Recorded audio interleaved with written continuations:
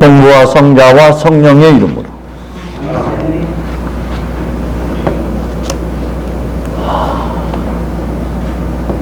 밤새 에어컨을 제습으로 틀어놔야만 잠을 이룰 수가 있는 상태예요. 너무 습하고 가만히만 있어도 더워요. 건강 조심하셨으면 좋겠습니다. 요즘 다시 코로나가 유행하고 여러 가지 질병들이 우리를 공격하고 있어요. 잘 방어해야 합니다. 우리가 신앙생활을 왜 해야 하는지, 신앙의 여정의 목적지가 무엇이고 어디인지에 대해서 오늘 변모 사건을 통해서 말씀하고 있습니다. 주님의 변모 사건은 신앙 여정의 최종 목적지, 그것이 어디인지에 대해서, 그리고 그 여정에서 반드시 거쳐야만 하는 순환, 고난을 왜 가야 하는지에 대해서 말씀하고 있습니다. 신앙 여정의 목적지는 잃어버린 본래의 나, 한처음 하나님께서 보시니 참 좋았다 했던 본래 면목을 회복하는 것이죠.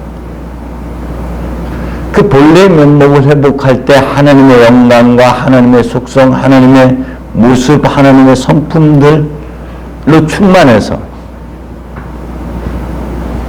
우리가 그리스도이신 예수와 더불어 살아갈 수가 있게 됩니다. 그런데 그 영광에 다다르기 위해서는 반드시 거쳐야 하는 순환이 있다라는 것을 말씀하고 있죠. 그런데 변모 사건을 통해서 그것은 목적지가 아니라 순환은 여정이고 과정일 뿐이라는 것. 그런데 그것을 넘어서야만 부활에 이르고 그것을 넘어서야만 변화된 우리의 모습과 마주하게 된다는 것을 안내하고 있습니다. 분명히 우리도 그렇지만 주님께서도 순환과 죽음이라는 것은 받아들이기가 결코 쉽지 않은 일입니다. 주님도 그 시간이 다가올 때마다 마음이 흔들리기 시작합니다.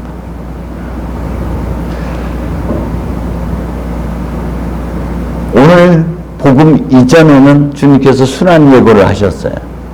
그 순환 예고를 하시고 나서 변모 사건을 우리에게 보여줍니다. 이 변모 사건은 우리가 사순절 시작하기 직전 주일이나 혹은 사순 2주에 반드시 우리가 읽고 넘어가는 자리예요. 왜냐하면 우리가 겪는 순환 사순대전은 여정이기 때문에. 그러나 그 여정 속에서 분명히 보아야 할 것은 영광스러운 부활, 영광스러운 변화라는 것입니다. 아는데 두려워요. 그래서 주님도 그 시간이 다가올 때 근심과 번민에 쌓여, 공포와 번민에 쌓여 내 마음이 기루와 죽을 지경이니 나와 함께 깨어 기도해 달라고 제자들에게 말씀하십니다. 근심과 번민, 공포와 번민이라고 마테오와 마르코에서는 전하고 있어요. 우리도 마찬가지죠. 그럴 때 주님은 기도로서 그 상황을 맞아들였고 그 상황을 넘어설 수가 있었던 것입니다. 주님은 지금 기도하시러 산으로 올라가셨고 기도하시는 중에 그의 옷이 그리고 그의 모습이 변하는 것을 경험하게 됩니다. 그의 모습이 변했다라는 것, 그의 옷이 빛났다라는 것은 그의 인격이 한처음 하나님의 영광을 다시 회복하는 사건을 상징적으로 보여주는 것이죠. 한점 하나님과 한 분이었을 때, 한점 하나님과 함께 하셨을 때 그 영광을 되찾는 것이고, 우리들에게는 그것이 우리가 가야 할 목적지라는 것을 가리키고 있는 손가락인 것이죠. 산은 하나님과 만남의 장소입니다. 그런데 그건 단순히 물리적인 장소만을 상징하는 것이 아니라 우리의 시면, 우리의 내면, 침잠 속에서 우리가 반드시 들어가야 하는 골방이 하나님과 만남의 장소인 산과 다름없는 것이죠. 깊은 침묵 속에서 하나님과 만나고 그 하나님과 씨름하고 하나님과 대화하고 하나님의 말씀을 듣고 묻기도 하고 듣기도 하는 이 여정 속에서 우리가 가졌던 생각과 우리가 가졌던 가치관을 내려놓고 주님의 말씀을 받아들이는 것, 곧 주님의 가치관과 주님의 삶의 방식을 내 것으로 맞아들이는 것이 기도의 시간인 것이죠.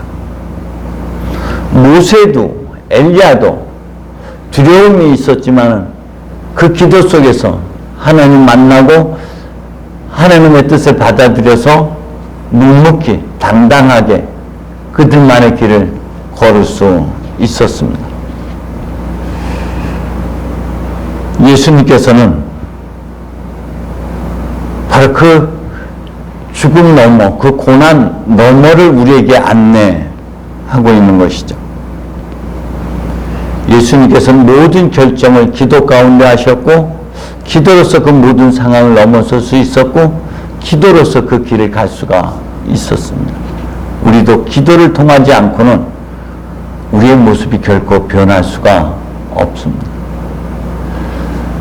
우리도 변하고 싶어요. 근데 그게 쉽지 않아요. 세례 요한이 목이 잘려져야 돼. 우리의 생각이 멈춰야 되는 거예요.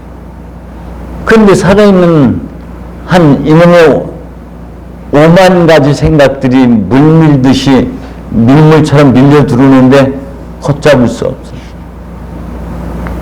우리는 왜 신앙생활을 하면서 왜 변하지 않는가에 대해서 몸부림칩니다. 신앙은 변화의 여정이에요.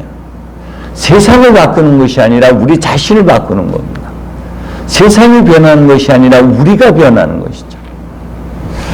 사도 바울도 이 몸부림을 쳤습니다. 나는 내가 하는 일을 도무지 알 수가 없다.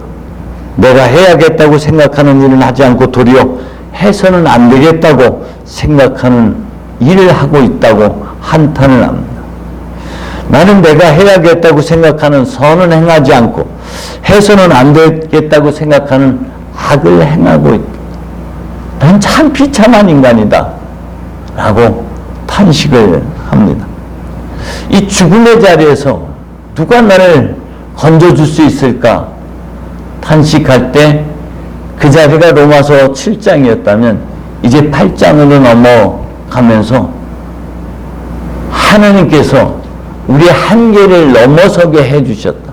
인간으로서 도무지 도달할 수 없는 선의 자리에 예수 그리스도를 내어줌으로 우리로 하여금 그 성령의 법이 우리를 움직이게 하고 성령께서 우리 안에서 강하게 활동하면서 성령께서 그 일을 이루게 해 주신다라고 자유를 고백합니다.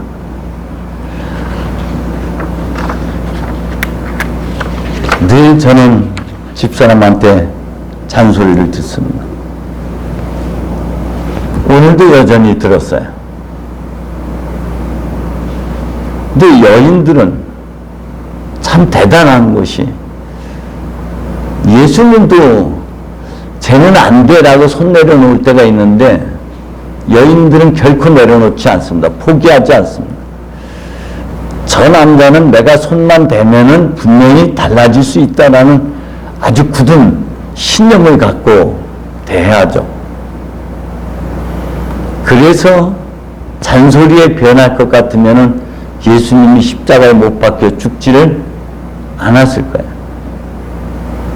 오죽했으면 주님이 십자가에 목숨을 내어 놓아야만 했겠습니다. 기도 가운데 변모의 정을 우리는 갈 수가 있습니다. 기도 가운데 우리는 하나님을 만나고 하나님 안에서 우리를 향한 하나님의 극진한 사랑, 지극한 사랑을 다시금 경험해야만 합니다.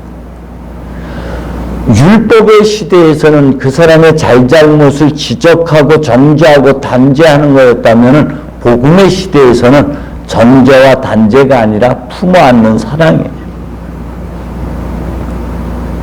사도 바울은 그렇게 고백을 합니다. 하나님께서 우리를 불러주시고 우리를 불러주신 하나님께서는 우리를 당신과 올바른 관계에 놓아주시고 우리를 다시금 영광스럽게 해주신다. 누가 우리를 정죄할 수 있겠습니까? 하나님께서? 아니요. 하나님께서는 당신의 아들마저도 우리의 죄를 위해서 아낌없이 내어주신 분입니다. 그리스도 예수께서 단죄하시겠습니까? 아닙니다. 그분은 우리를 위해서 당신의 전부를 십자가에 내어주셨을 뿐만 아니라 지금도 우리를 위해서 기도하고 계시다. 우리를 하나님의 사랑에서 떼어놓을 세력은 아무것도 없다. 그 어떤 죽음도, 그 어떤 고난도, 시련도, 박해도, 어떤 것도 하나님의 사랑에서 우리를 떼어놓을 수 있는 건 없다라고 말씀하십니다. 하나님이 우리를 붙잡고 있는 한, 하나님께서 우리를 향한 하나님의 사랑은 결코 어떤 것도 떼어놓을 수 없다. 그 사랑을 우리가 깊이 경험해야만 합니다. 그 사랑은 요한복음에서도 내 사랑 안에 머물러 있으라고 했는데 그 사랑 안에 머물러 있다는 표시 중에 하나는 우리가 우리 스스로를 정죄하고 단죄하지 않는다는 거예요. 주님은 당신은 십자가에 못 박고 있는 우리를 위해서 당신의 전부를 내어 주셨습니다. 주님은 지금도 우리를 위해서 당신의 전부를 또 내어 주실 수 있는 분입니다. 우리의 죄를 대신해서 그분은 십자가의 죽음을 맞이하셨습니다. 그리고 주님이 우리를 더 이상 단죄하지 않듯이 주님이 우리를 품어 안고 당신의 전부를 내어 주셨던 것처럼 우리도 우리 자신을 내어 맡기고 더 이상 우리의 실수와 잘못과 죄에 대해서 묻지 않고 품어 안을 수 있어야 됩니다. 쉽지 않은 일이에요. 그런데 하나님께서도 악한 자에게나 선한 자에게나 옳은 사람에게나 옳지 못한 사람에게나 똑같이 햇빛과 비를 주듯이 우리도 우리의 죄와 허물, 악함과 어둠, 빛과 어둠, 선과 악을, 실수와 잘못을 우리가 품어 안아야지만이 그것이 우리 안에서 긍정적으로 작용하기 시작한다는 것입니다. 우리 아이 달라졌어에서도 볼 때 아이의 몸부림치는 것은 그의 결핍이 해결됐을 때 그가 달라지는 것처럼 우리의 몸부림도 결핍으로 인한 것이고 그 결핍은 본래 하나님의 사랑에 대한 결핍인 것이고 그 사랑이 채워졌을 때 우리도 변할 수가 있게 되고 우리도 달라지게 되는 것이죠. 때문에 우리도 주님의 사랑 안에서 주님이 나를 위하여 전부를 내어주셨던 것처럼 주님은 나를 더 이상 단죄하지 않는 것처럼 나도 내 실수와 잘못과 허물을 정죄하거나 단죄하고 자책하지 않고 그것마저도 품어 안아줄 수 있어야 된다. 공감을 그래 그럴 수 있어. 그래도 돼. 이 자리에 먼저 우리가 가 있어야 됩니다. 저는 요즘 묵상 안내를 할 때에 거룩한 단어라는 것을 말씀드렸습니다. 우리가 5만 가지 생각에 온갖 잡념에 시달릴 때 그 잡념을 쫓아버려야지, 이 잡념을 버려버려야지라고 생각할 때 우리는 다시 그 생각 속에 붙잡히게 되고 거기에서 시들리게 되죠. 우리가 잡념으로부터 벗어나기 위한 유일한 길이 있다면 그것은 거룩한 단어로 돌아가는 것입니다. 때문에 우리가 우리의 생각으로 우리를 자꾸 단죄하고 난도질을 하는 것을 멈출 수 있는 유일한 길은 우리를 향한 하나님의 사랑을 다시금 되새김질하는 거예요. 그래, 주님은 이런 나를 위해서, 주님이 이런 나의 실수와 잘못, 허물을 위해서 당신의 천국을 내어주셨지. 그분의 사랑을 우리가 되뇌일 때 그분의 성령께서 우리 안에서 활동하실 수가 있습니다. 우리가 다시 선생이 되고 우리가 다시 율법학자가 돼서 정죄하고 단죄할 때 주님의 성령은 우리 안에서 활동하실 수가 없습니다. 우리는 성찬례 안에서 하나님을 만나게 됩니다. 성찬례는 우리의 생각과 우리가 가지고 있는 모든 염려와 걱정을 내려놓고 주님의 말씀을 받아들이는 시간이 바로 성찬례의 시간이고 이것이 바로 참된 기도의 시간인 것이죠. 우리 성찬례 안에서 우리 자신을 더 이상 정죄하는 일이 없어야 됩니다. 그리고 우리 자신을 있는 그들의 모습으로 받아봐 주고 공감해 주고 이해해 주고 괜찮아, 그럴 수 있어. 그러면서 다가가는 거야. 넘어지는 것이 문제가 아니라 일어서지 않는 것, 일어서지 못하는 것이 문제인 거야. 걸음마를 배울 때 우리가 얼마나 많이 넘어집니까? 그럴 때 넘어질 때마다 왜 넘어졌냐고 지적하지 않습니다. 그래도 잘했다고, 그래, 아이고 잘하네 했을 때 그 아이는 어느 순간 넘어짐을 넘어서서 일어서게 되고 걷게 되고, 우리도 주님의 사랑 안에서 우리 자신을 더 이상 정죄하지 말고 있는 모습 그대를 봐줄 때 주님의 성령께서 우리 안에서 우리를 변화시켜 가시고 우리도 우리 모르는 사이에 돌이켜보니 내가 이렇게 변했네 라고 고백할 수 있게 되는 것이죠. 뿐만 아니라 우리는 황홀병 안에 머물러 있어서는 결코 안 되죠. 초막셋을 짓기를 원하지만 주님은 그 기도 속에서 하나님 만났다는 것에 머물러 있지 말고 산을 다시 내려가야 하는 것이죠. 우리는 다시 세상 속으로 들어가서 이 기도의 힘으로, 이 은혜의 힘으로 다시금 순환의 여정을 걸어가야 합니다. 주님께서 구름 속에서 내가 택한 아들이니 그의 말을 들으라 라고 말씀하셨던 것처럼 우리도 주님께서 가셨던 그 길을 따라 순환의 여정을 가야 됩니다.